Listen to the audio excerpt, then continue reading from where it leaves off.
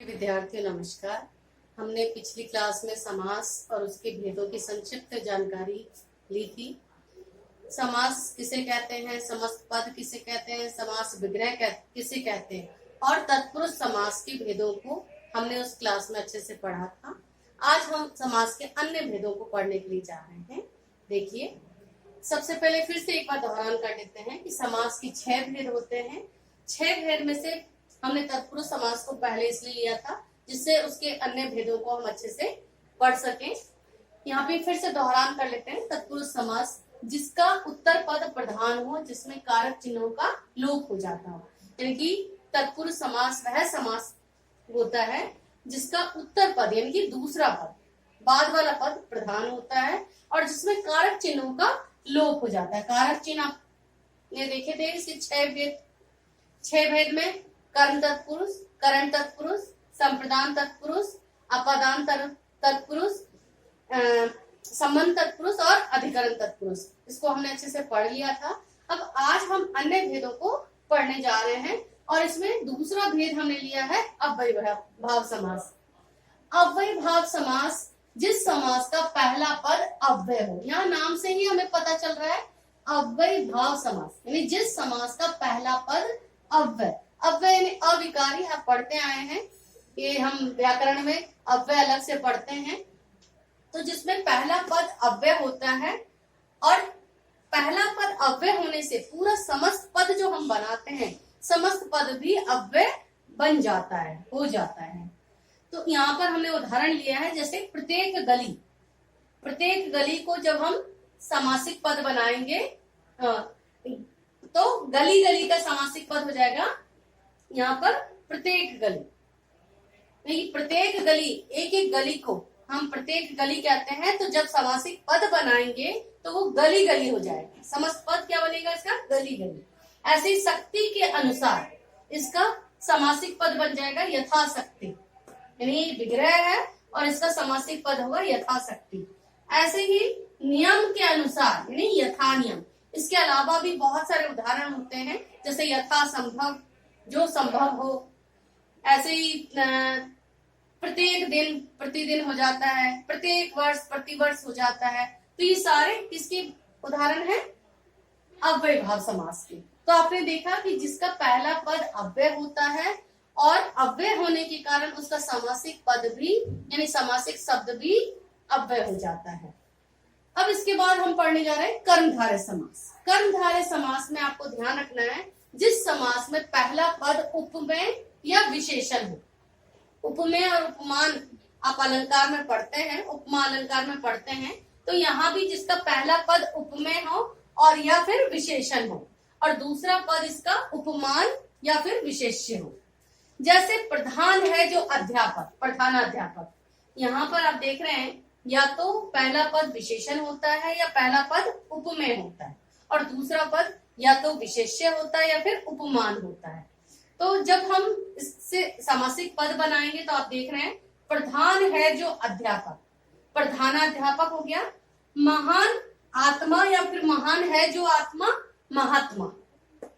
कमल के समान नयन, कमलम, नयन। यहाँ पर हमने उपमेय और उपमान के बीच में तुलनात्मक रूप से इसको किया है। कमल के समान नयन, कमल नयन। घन के समान श्याम, घन यानी बादल और श्याम यानी काला। घन के समान श्याम यानी कि बादल के समान काला है जो, उसको हम घनश्याम कहते हैं।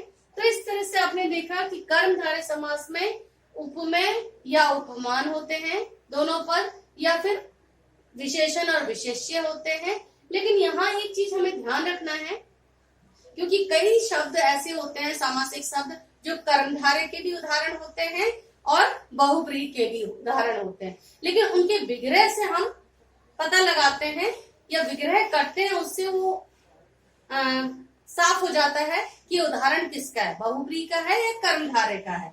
अब यहाँ पे आपने देखा घन के समान श्याम यानी कि बादल के समान जो श्याम, तो घनश्याम। लेकिन आपको पता है कि घनश्याम हम कृष्ण को भी कहते हैं। अब इसका विग्रह यदि इस तरह से हो, घन के समान जो श्याम थे, घनश्याम। यहाँ पे यदि ब्रैकेट में तीसरा पद श्री कृष्ण आता है तो वो बहुव्रीहि समास हो जाता है। यानी कि जैसे ही हम इन दोनों पद को छोड़ के तीसरा पद को ध्यान दें, जैसे इसमें पीतांबर होता है, इसका उदाहरण एक अन्य पीतांबर भी होता है।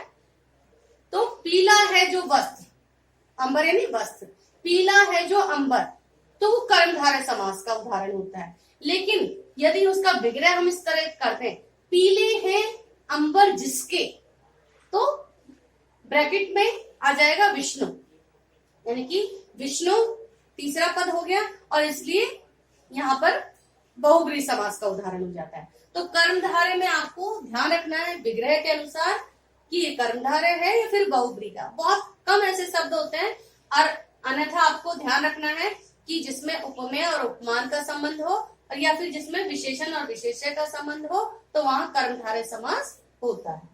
अगला हम पढ़ने जा रहे हैं द्विगु समास।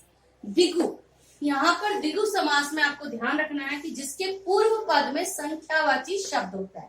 पूर्व पद यानी पहला पद यदि संख्यावाची हो तो वहां पर द्विगु समास होता है। ये समझने के लिए, पहचानने के लिए बहुत आसान है कि जिस समासिक पद का पहला पद संख्यावाची हो वो वहां द्विगु समास होता है। जैसे यहाँ पर हमने उदाहरण लिया है पंच बटों, बट होता है बड़ का पेड़, बड़ का बट वृक्ष, तो पंच बटों का समाहार, और साथ में ये भी ध्यान रखना है इसमें समाहार या समूह का बोध कराता है। यानी कि जहां पहला पद संख्यावाची हो और साथ में समूह या समाहार का बोध होता हो वहां द्विगु समास होता है। तो यहाँ पे जैसे अब दूसरा उदाहरण देख रहे हैं, यहाँ पे हमने देखा कि पंच बटों का समाहार यानी पंचवटी, सत अब्दों, अब्द यानी वर्ष, तो अब्दों यानी वर्षों का समूह, सत यानी 100 वर्षों का समूह क्या हो जाता है शताब्दी, शताब्दी होते ही यहाँ पर क्या हो गया द्विगु समास। ऐसे ही दो गुणों का समाहार द्विगु, हमने शब्द को ही ले लिया, द्विगु का क्या मतलब होता है, तो दो गुणों का समाहार द्विगु। लेकिन यहाँ भी ध्यान में रखना है कि पहला पद संख्यावाची हो, लेकिन यदि तीसरा पद इसमें कोई नहीं बनता हो तो वो द्विगु समास का उदाहरण रहता है। और कई बार ऐसा होता है कि संख्यावाची होने के बाद भी तीसरा पद प्रधान हो जाता है, तो ऐसे शब्द बहुव्रीहि समास के उदाहरण होते हैं। जैसे आपने देखा दशानन, सुना है आपने, दशानन रावण को बोलते हैं। तो 10 है आनंद जिसके, दशानन जिसमें 10 से शुरू होता है, संख्यावाची पद है, 10 है आनंद जिसके दशानन यानी रावण, तो वहां भी विग्रह को आप ध्यान में रख सकते हैं। और साथ में इस तरह से सप्तऋषि, ऐसे ही बहुत सारे होते हैं जहां पे संख्यावाची पद होने के बाद भी वो बहुव्रीहि के उदाहरण हो जाते हैं। और यदि विग्रह हमने द्विगु के अनुसार किया है, समाहार के हिसाब से किया है, तो वो द्विगु का रहता है। ठीक है, अब इसके बाद हम पढ़ने जा रहे हैं पांचवा भेद इसका द्वंद्व समास। द्वंद्व समास में ध्यान रखना है, द्वंद्व का अर्थ होता है, शाब्दिक अर्थ होता है जोड़ा, जोड़ा यानी पेयर में, यानी इसमें उदाहरण जो है पेयर में होते हैं, यानी कि शब्दों का जोड़ा होता है। इसमें जिस समास में दोनों पद समान हो, यानी समान अधिकार वाले होते हैं, इसमें दो शब्दों का मेल होता है और मिलाने पर समुच्चय बोधक अवधियों का लोप हो जाता है। इसमें समुच्चय बोधक शब्द जो कंजक्शन वर्ड होते हैं उसका बीच में लोप हो जाता है और इस तरह से समस्त पद बनाया जाता है। ये अधिकतर जो है या और अधिक तथा आदि समुच्चय बोधक शब्द होते हैं। इसमें हम उदाहरण देखते हैं, जैसे माँ और बाप। इसमें एक चीज और हम पहचान के लिए ध्यान में रख सकते हैं कि जब हम समुच्चय बोधक शब्दों को हटाते हैं, लोप करते हैं उसका और समासिक शब्द बनाते हैं, तो उन समुच्चय बोधक शब्दों की जगह योजक चिन्ह का प्रयोग किया जाता है। तो इससे भी हम आसानी से पहचान सकते हैं कि ये भेद कौन सा है, यानी द्वंद्व समास का भेद है। तो यहाँ पे आपने देखा माँ और बाप, हमने और को यहाँ पे हटा दिया, लोप कर दिया और सामासिक शब्द बना दिया माँ बाप। ऐसे ही मीठा अधिक मीठा, तो यहाँ पर जब कोई चीज जो है वस्तु बहुत मीठी हो जाती है, खाद्य सामग्री, तो हम कहते हैं मीठा, बहुत अधिक मीठा, अधिक मीठा। तो यहाँ पे अधिक शब्द का लोप कर दिया, मीठा मीठा। ऐसे ही चाय या कॉफी, चाय कॉफी। तो आपने देखा कि इस तरह से हम समुच्चय बोधक शब्दों का इसमें लोप कर देते हैं और दोनों ही शब्द, दोनों ही पद जो है इसमें समान होते हैं, दोनों ही प्रधान होते हैं। और समुच्चय बोधक पदों का जब हम लोप करते हैं तो उसकी जगह हम योजक चिन्ह का इसमें प्रयोग करते हैं। तो इस तरह से ध्यान में रखना है आपको। द्वंद्व का मतलब होता है जोड़ा, जो पेयर में आते हैं हमेशा, और इनका विग्रह करते हैं तो समुच्चय बोधक चिन्ह का प्रयोग किया जाता है। और जब समासिक पद बनाते हैं तो इनका लोप करके हम योजक चिन्ह का प्रयोग करते हैं। इसके बाद छठा भेद है इसका बहुव्रीहि समास। बहुव्रीहि समास में ध्यान रखना है आपको कि जिस समास में दोनों पद प्रधान ना होकर तीसरा पद प्रधान हो जाता है। अभी मैंने आपको कर्मधारय और द्विगु समास में इसकी चर्चा की थी। अब यहाँ पर हम पूर्ण रूप से समझेंगे कि जिस समास में दोनों पद प्रधान ना होकर तीसरा पद प्रधान हो जाता है, यानी जो सामने हमें दिखाई देता है उसका कोई मूल्य नहीं रहता, तीसरा पद जो है मूल्यवान हो जाता है। जैसे यहाँ पे पीताम्बर का उदाहरण मैंने दिया था कर्मधारय में, तो पीला है अंबर जो, पीला है अंबर जो, तब तो कर्मधारय समास का उदाहरण है। लेकिन पीला है अंबर जिसका, यानी वस्त्र जिसका, यानी कृष्ण या विष्णु, तो यहाँ पर क्या हो जाता है, पीताम्बर बहुव्रीहि समास का उदाहरण हो जाता है। ऐसे ही त्रिलोचन, तीन है लोचन जिसके, अर्थात शिव। तो ये आप देख रहे हैं त्रिलोचन, दोनों पद से समझ में नहीं आ रहा है, लेकिन तीसरा पद प्रधान हो जाता है, जिससे क्लियर हो जाता है कि तीसरा पद प्रधान होने के कारण यहाँ बहुव्रीहि समास है।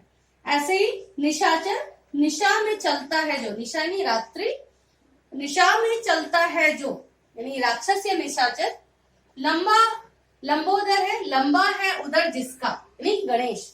तो इस तरह से आपने देखा कि बहुव्रीहि समास, द्विगु समास और कर्मधारय समास को थोड़ा सा विस्तृत रूप से समझना है, क्योंकि कर्मधारय समास में आपको ध्यान रखना है कि इसमें विशेषण और उपमेय या फिर विशेष्य और उपमान का संबंध होता है। लेकिन कई बार जो है विग्रह बहुव्रीहि समास के अनुसार भी हो जाता है, तीसरा पद भी प्रधान हो जाता है। तो वहां आपको ध्यान रखना है कि विग्रह के अनुसार हम ये निश्चय करें कि कर्मधारय का है या फिर बहुव्रीहि का है। ऐसे ही द्विगु में संख्यावाची पद होता है, लेकिन कभी कभी विग्रह करते वक्त उसका तीसरा पद प्रधान हो जाता है, तो वहां भी ध्यान रखना है कि उदाहरण बहुव्रीहि का तो नहीं है। ऐसे ही बहुव्रीहि समास, तो ये तो क्लियर है कि इसमें दोनों पद प्रधान ना होके तीसरा पद प्रधान होता है और वहां पर बहुव्रीहि समास होता है। तो आपने इसके बहुत सारे उदाहरण देखते हैं आप, पंचानन, चतुरानन, ऐसे ही कई अन्य भी होते हैं, त्रिनेत्र है। तो इस तरह से बहुत सारे ऐसे उदाहरण होते हैं जिनको हम बहुव्रीहि समास में लेते हैं। धन्यवाद।